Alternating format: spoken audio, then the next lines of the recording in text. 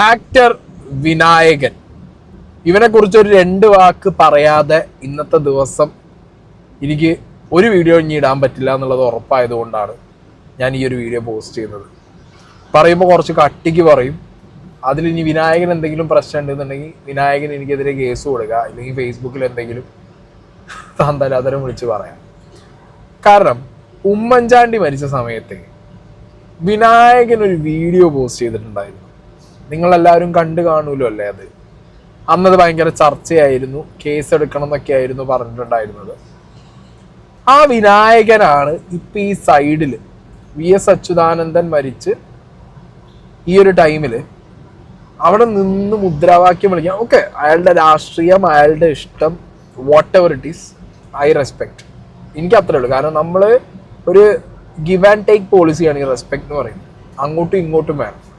പക്ഷെ വിനായകനെ പോലെ അന്തം കമ്മിയായ ഒരു രാഷ്ട്രീയം തലയ്ക്ക് പിടിച്ച ഒരു കമ്മിക്ക് ഇവൻ ഇത്രേ ഉള്ളൂ. ഇവന് ചെറ്റത്തരം എന്റെ കൂടപ്പറപ്പാണ് എന്നുള്ളത് അന്ന് മനസ്സിലായതാണ്. ഇവന്റെ സ്റ്റാൻഡ് നിങ്ങളൊന്ന് കണ്ടു നോക്ക്. ഇന്ന് മോനെ വിളിക്കാണ് മുഷ്ടി ചുരുട്ടിയിട്ട്, വിളിച്ചോ കുഴപ്പമില്ല. പക്ഷെ അന്ന് നീ കാണിച്ചതും നീ പറഞ്ഞതും കേരളത്തിൽ ഓരോ ജനങ്ങളും കണ്ടതാണ് വിനായക.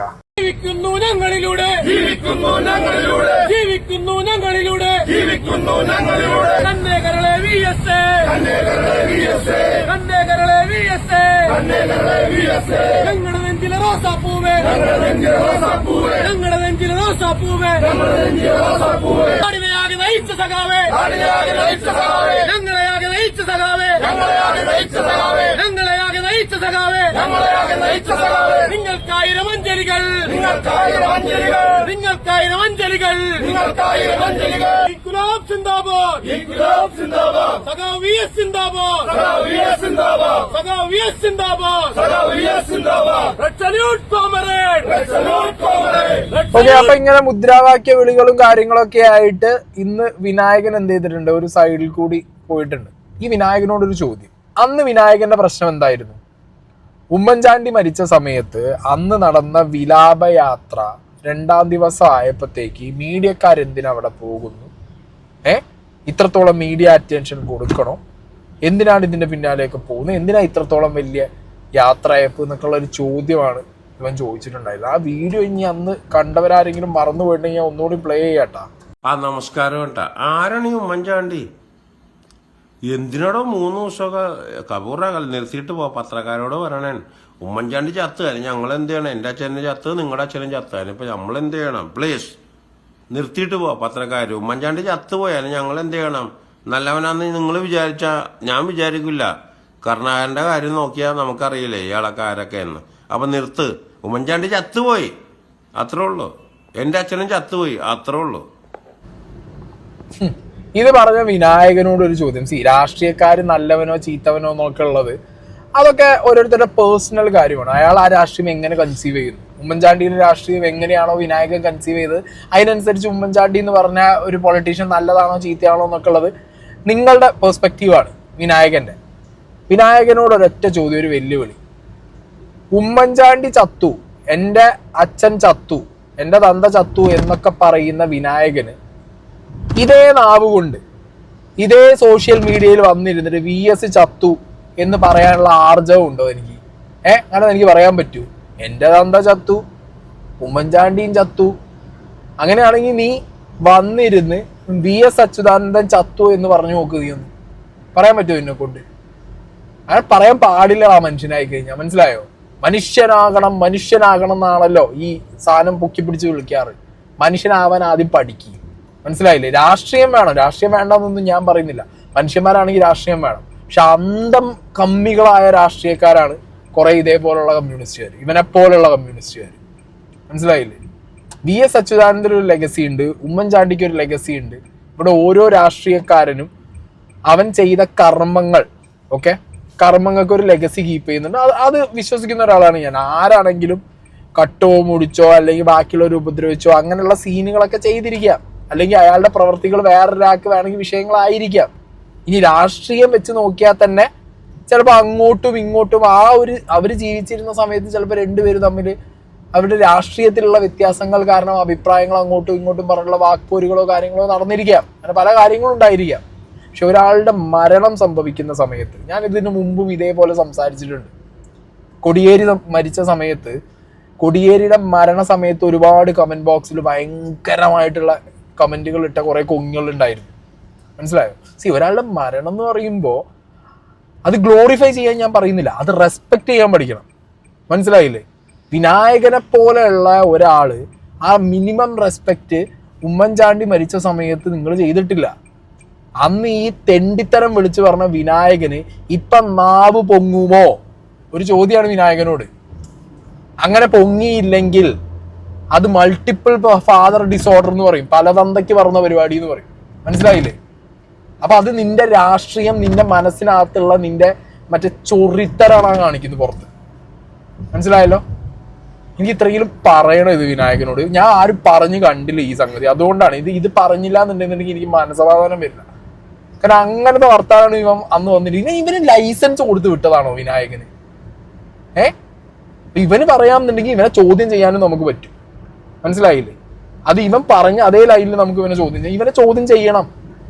ഇവൻ അന്ന് വന്നിരുന്നിട്ട് ഇതിനൊരു ന്യായീകരണം നിരത്തിയിരുന്നു. മീഡിയയിൽ വന്നിരുന്നിട്ട് ഇതേ ചോദ്യം ഇവരോട് മീഡിയയിൽ ചോദിച്ച സമയത്ത് ഇവൻ ന്യായീകരിച്ചതിന്റെ ഒരു ക്ലിപ്പ് കൂടി ഞാൻ ഇവിടെ പ്ലേ ചെയ്യുന്നുണ്ട്. അതിനപ്പുറത്തേക്ക് ഉമ്മൻചാണ്ടി എന്നൊരു വ്യക്തിയെ പറ്റിയുള്ള പരാമർശം നടത്തിയതിൽ ഭാഷ പ്രശ്നമാണ് എന്ന്, അല്ലെങ്കിൽ പ്രശ്നമായി എന്ന് കരുതുന്നുണ്ടോ? നെവർ. എൻ്റെ അച്ഛൻ ചത്തുന്ന സമൂഹത്തിന് പറയാമെങ്കിൽ പിന്നെ അയാളുടെ അച്ഛൻ ചത്തുന്ന എനിക്കും പറഞ്ഞൂടെ? അപ്പം എൻ്റെ അച്ഛൻ ആരാ ചീത്തേ? എൻ്റെ അച്ഛൻ ചീത്ത അല്ലേ? ഇവരുടെ അച്ഛൻ ഭയങ്കര തീപ്പെട്ട് മരണമടഞ്ഞു. എൻ്റെ അച്ഛൻ മാത്രം ചത്തു. എന്താ? എനിക്കും എൻ്റെ അച്ഛൻ ഭയങ്കരമാണ്. എൻ്റെ അച്ഛൻ തന്നെ അതിൻ്റെ പവറിൻ്റെ. എന്ത് സമൂഹമല്ലേ? സമൂഹത്തിൽ ഒരു വിഷങ്ങളാണ്, ഒരു ഗ്രൂപ്പ് ഓഫ് വിഷങ്ങളാണ് ഈ ചെയ്തുകൊണ്ടിരിക്കുന്നത്. എന്നെ തൊടാൻ പറ്റുമെന്ന് ഇവർക്ക് തോന്നുന്നുണ്ടോ? നടക്കില്ല. ഈ സമൂഹത്തിലെ എല്ലാത്തരം കാര്യങ്ങളും മാധ്യമങ്ങളിൽ പ്രതിഫലിക്കാറുണ്ട്, എല്ലാ തരം കാര്യങ്ങളും. അത് ചോയ്സ് വിനായകൻ്റെയാണ്. കയ്യിൽ റിമോട്ട് ഉണ്ടാവും, ചാനൽ മാറ്റാനുള്ള റൈറ്റ് വിനായകനുണ്ട്. പിന്നെ അവിടെ ഒരു ഗ്രൂപ്പ് ഓഫ് ആളുകളെ അടച്ചാക്ഷേപിച്ചുകൊണ്ട് കാര്യമുണ്ടോ? അങ്ങനെയും ചിന്തിക്കാമല്ലോ. കേരളത്തിൽ 80% മലയാളികളുള്ള നമ്മുടെ 80% പിടിക്കുക ഇവരെല്ലാം പൊളിറ്റിക്കലിയാണ് ആൾ. ഇവർ സീരിയൽ കാണുന്ന വീട്ടുകാരായിരിക്കും ചിലപ്പോൾ. ബാക്കി ഒരുവിധപ്പെട്ട എല്ലാവരും 80%ഉം പൊളിറ്റിക്കലി ന്യൂസ് കേൾക്കുക എന്നുള്ളതാണ്. അതാണ് ഞാൻ പറഞ്ഞത്. അപ്പോൾ നിങ്ങൾക്ക് ചോദിച്ചതാണ്. നിങ്ങൾക്ക് വേണ്ടി സീരിയൽ വേണ്ടെങ്കിൽ നിങ്ങൾ മാറ്റി വെക്ക്. 80% ഓഫ് പേഴ്സൺസ് ഇൻ കേരള എല്ലാവരും പൊളിറ്റിക്കലിയാണ് ജീവിക്കുന്നത്. അവർക്ക് പൊളിറ്റിക്സ് മസ്റ്റാണ്, ന്യൂസ് മസ്റ്റാണ്. ആ ന്യൂസിനാണ് ഞാൻ പറഞ്ഞത്. ഞാൻ അതാണ് യാഥാർത്ഥ്യമെന്ന് കരുതാം. അതിനെ പറ്റിയുള്ള അഭിപ്രായം പറയാനുള്ള സ്വാതന്ത്ര്യവും എല്ലാം ഉണ്ട്. ഞാൻ ചോദിക്കുന്നത് പക്ഷെ അപ്പോഴും ഞാൻ മാറ്റിയാൽ മതിയെന്നല്ല ചോദിച്ചത്. അല്ല, ഞാൻ പറയുന്നത് അങ്ങനെയും ചിന്തിക്കുന്ന ഒരു സമൂഹം ഉണ്ടാവില്ലേ? ഇല്ല, പക്ഷെ വിനായകൻ അങ്ങനെ ചിന്തിക്കില്ല. കാരണം നിങ്ങൾ ഇൻജക്ഷൻ ചെയ്തുകൊണ്ടിരിക്കുന്നതാണ് സമൂഹത്തിനോട്. ഈ സമൂഹത്തിനെ നശിപ്പിക്കാൻ നിങ്ങൾ ഇൻജക്ട് ചെയ്തുകൊണ്ടിരിക്കുന്നതാണ്. അവിടെ ഞാൻ സംസാരിച്ചിരിക്കും. അതാണ് ഞാൻ അങ്ങനെ സംസാരിക്കാൻ എല്ലാ റൈറ്റ്സും ഉണ്ട്. ഞാൻ അംഗീകരിക്കേണ്ട എല്ലാവർക്കും ഉണ്ട്. നിങ്ങൾക്കുണ്ട്. നിങ്ങൾ ചെയ്യണില്ല എന്നുള്ളതാണ്. എന്തുകൊണ്ട് നിങ്ങൾ ചെയ്യണില്ല? ഈ സമൂഹത്തിനോടൊരു മര്യാദ വേണ്ടേ? എനിക്ക് ആ മര്യാദയുണ്ട്. അത് ഞാൻ പറഞ്ഞിരിക്കും. നിങ്ങൾ കാണിക്കുന്നത് പൊട്ടത്തരുമെന്ന് വിനായകൻ വിളിച്ചു പറഞ്ഞിരിക്കും. വിനായക, നിനക്ക് ഞാൻ വീണ്ടും പറയുന്നു, ഉറപ്പുണ്ടെങ്കിൽ നീ ഒരു കാര്യം ചെയ്യ്. ഇന്നലെ ആയിട്ട് മീഡിയ മൊത്തം കവർ ചെയ്യുന്നത് VSന്റെ വിലാപയാത്രയാണ്. VSന്റെ അന്ത്യകർമ്മങ്ങളും ആ ഒരു കംപ്ലീറ്റ് കാര്യങ്ങൾ എങ്ങനെയാണോ ഉമ്മൻചാണ്ടി മരിച്ച സമയത്ത് ആ വിലാപയാത്രയും കാര്യങ്ങളും അന്ത്യകർമ്മങ്ങളും അത് കവർ ചെയ്തത്, അതുപോലെ തന്നെയാണ് ഇന്ന് എല്ലാ ചാനലുകളും 24/7 VSന്റെ കാര്യങ്ങൾ ചെയ്തുകൊണ്ടിരിക്കുന്നത്. നിനക്ക് ആർജവം ഉണ്ടെങ്കിൽ, നീ പറഞ്ഞ വാക്കിലും നിനക്ക് ഉറപ്പുണ്ടെങ്കിൽ, നിനക്ക് സൊസൈറ്റിയോട് റെസ്പോൺസിബിലിറ്റി ഉണ്ടെന്നുണ്ടെങ്കിൽ വിനായക, നീ വാ, ലൈവ് വന്ന് പറ. എന്തൊലക്കെയാണ് ഇവിടുത്തെ മീഡിയ കാണിക്കണേ?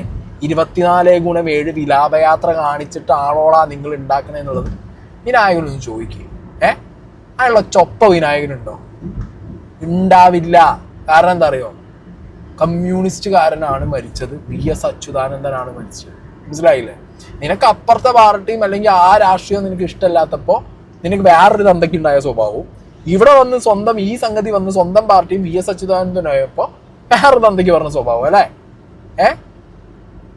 മോനെ വിനായക, മലയാളികൾ നിന്നെ എന്നോ മനസ്സിലാക്കിയതാണ്. പിന്നെന്താ പറയുക, എനിക്കിത് പറയണം. കാരണം നിന്നോടിത് പറഞ്ഞില്ല എന്നുണ്ടെന്നുണ്ടെങ്കിൽ പിന്നെ ഞാനിങ്ങനെ വീഡിയോ ഇട്ടിട്ട് പോയിട്ടൊന്നും കാര്യമില്ല. കാരണം ആരെങ്കിലും ഒരാൾ, നീ പറഞ്ഞ പോലെ ആരെങ്കിലും ഒക്കെ ഒന്ന് പ്രതികരിക്കണമല്ലോ നിന്നോട്. അതുകൊണ്ടാണ് അന്ന് വളരെ മാന്യമായിട്ടാണ് ചാണ്ടി ഉമ്മൻ പറഞ്ഞത്, എനിക്കെതിരെ കേസ് എടുക്കേണ്ട കാര്യമില്ല, ഓക്കെ, നീ എന്തോ പറഞ്ഞിട്ട് പോട്ടെ. അതൊക്കെ ഒരു മെച്യൂർ സ്റ്റാൻഡാണ് മാൻ, മനസ്സിലായോ? മെച്യൂരിറ്റിയാണിത് ഒരാളുടെ. അന്ന് അത് പറഞ്ഞതുകൊണ്ട് കേസോ കാര്യങ്ങളോ കൂട്ടങ്ങളോ വലിയ സെറ്റപ്പോ പ്രശ്നങ്ങളോ ഒന്നും ഇല്ലാതെ അവിടെ പോയി. ഇന്ന് നിനക്ക് അതിനുള്ളൊരു ഈ ചോദ്യം, അന്ന് ചോദിച്ച മീഡിയ അടക്കമുള്ളവരോട് നീ ക്വസ്റ്റ്യൻ ചെയ്ത ചോദ്യം, ഇന്ന് ഉമ്മൻചാണ്ടി ആണ് മരിച്ചതെന്നുണ്ടെങ്കിൽ നീ, അല്ലെങ്കിൽ ഏതെങ്കിലും ഒരു കോൺഗ്രസ് നേതാവാണെന്നുണ്ടെങ്കിൽ നീ ചോദിക്കും, കമ്മ്യൂണിസ്റ്റുകാരനായതുകൊണ്ട് നീ ചോദിക്കും, അല്ലേ?